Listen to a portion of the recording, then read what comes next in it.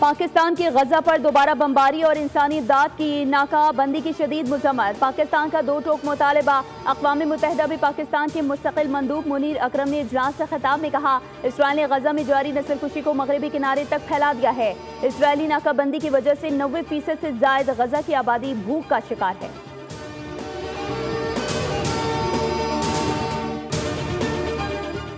जमीन पर तवानाई के बेतहाशा बोझ को कम करने के लिए आज अर्थ आवर मनाया जाएगा। शब 8:30 से 9:30 के दरमियान तमाम गैर जरूरी रोशनियां गुल कर दी जाएंगी। अर्थ आवर पहली बार 2007 में सिडनी के ओपेरा हाउस की रोशनियों को बुझाकर मनाया गया था, जिसमें 1 करोड़ से ज्यादा शहरियों ने शिरकत की। सदर आसिफ अली जरदारी ने पैगाम में कहा कि अर्थ आवर पर गैर जरूरी लाइट्स बंद करना तवानाई के इस्तेमाल में अज़्म की अलामत है। वज़ीर आज़म शहबाज शरीफ बोले, अर्थ आवर का मकसद जमीन की हिफाजत के हवाले से इक़दाम उठाने की तरगीब देना है।